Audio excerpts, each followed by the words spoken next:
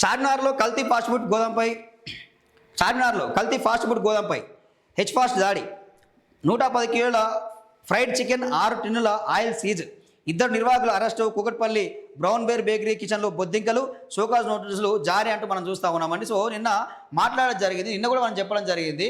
పాత బస్తీకి పోతే మొత్తం కూడా ఆయిల్ తయారయ్యేది ఎక్కడనే, మొత్తం కూడా అల్లం పేస్ట్, ఆఖరికి పాలు, టీ పౌడరు, నకిలీ వస్తువులు తయారయ్యేది మొత్తం పాత బస్తీలనే. సో అక్కడ మీరు సెర్చ్ చేస్తే అన్నీ బయటపడతాయి. సో మొత్తం మీద మాత్రం ఇంకో చార్మినార్లో కల్తీ ఫాస్ట్ ఫుడ్ గోదామే ఉందట. గోదామే ఉన్నది. హైదరాబాద్ నగరంలోని ప్రజారోగ్యాన్ని దెబ్బతీసేలా నిబంధనలకు విరుద్ధంగా నడుస్తున్న ఫాస్ట్ ఫుడ్ సెంటర్లు, బేకరీలపై టాస్క్ ఫోర్స్ అధికారులు దాడులు చేశారు. చార్మినార్ లాడ్ బజార్ ఏరియాలోని messrs Al Akbar fast food and గోడన్పై Hyderabad food adulteration surveillance team H fast ఆకస్మిక దాడి చేసింది.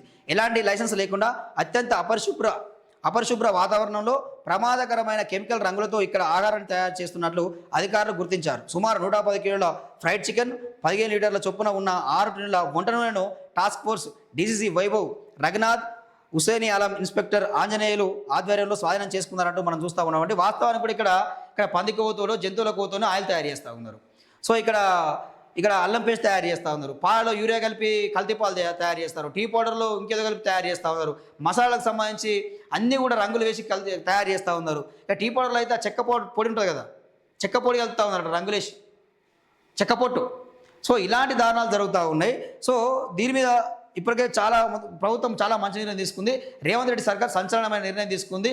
ఈ కల్తీకి సంబంధించి ఒక స్పెషల్ ఫోర్స్ని ఏర్పాటు చేస్తాం. హైడ్రా తరగాలో, ఈగల్ టీం తరగాలో, ఒక షీ టీం తరగాలో ఒక స్పెషల్ ఫోర్స్ వేస్తామని చెప్పడం చాలా మంచి నిర్ణయం.